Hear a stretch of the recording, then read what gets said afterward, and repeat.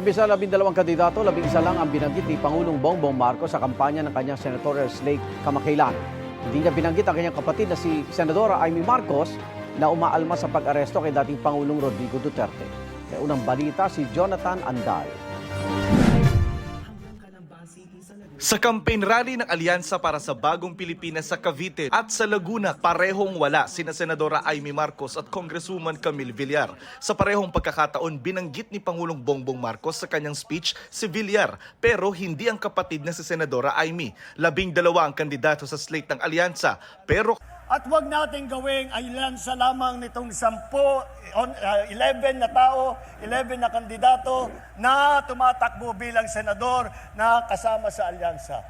sinusubukan naming kunan ng pahayag ang grupo kaugnay ng sinabi ng Pangulo. Bago nito, mariing tinuligsan ni na Amy at Villar ang pag-aresto noong March 11 kay dating Pangulong Rodrigo Duterte at pagsuko sa kanya ng Marcos administration sa ICC. Kapwa wala ang dalawa sa mga campaign rally ng alyansa mula noon, kabilang ang sa Tacloban noong March 14. Nagsabi noon si Senadora Amy na hindi siya makakadalo sa naturang pagtitipon dahil hindi raw niya matanggap ang ginawa sa dating Pangulo. Ang senadora na presidential sister, kilalang kaalyado rin ni Vice President Sara Duterte. Tinanong ng media ang campaign manager ng alyansa na si Congressman Toby Tiangco kaugnay ng hindi pagsama ng dalawa sa mga rally. Are there any plans to drop Senator Amy from the lineup ng alyansa? At saka yung isa pa po kasi there are also speculations na baka si Congressman Camille Villar will also be dropped from the slate. I think, like for Amy, siguro siya dapat ang makasagot nung tanong na yon, hindi po kami. So wala pong pinag-uusapan po so far yung alyansa, pati yung nationalista regarding dun sa future nila sa slate? Wala.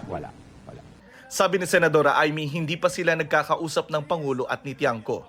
Hindi ko alam, hindi ko pa tinatanong. You have not withdrawn from Alyansa. No action taken. Mulat sa poll, sinabi ko naman na independent ako. Kasi parang may kutob ako na may masamang mangyayari at ayoko mahila sa away-away. Kinakabahan ako na magkakaumpugan talaga yung dalawang panig.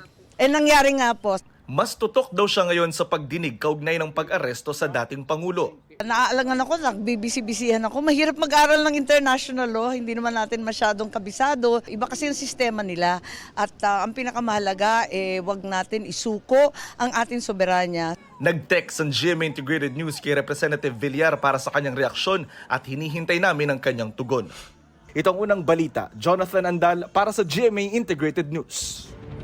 Igan, mauna ka sa mga balita, mag-subscribe na sa GMA Integrated News sa YouTube para sa iba't ibang ulat sa ating bansa.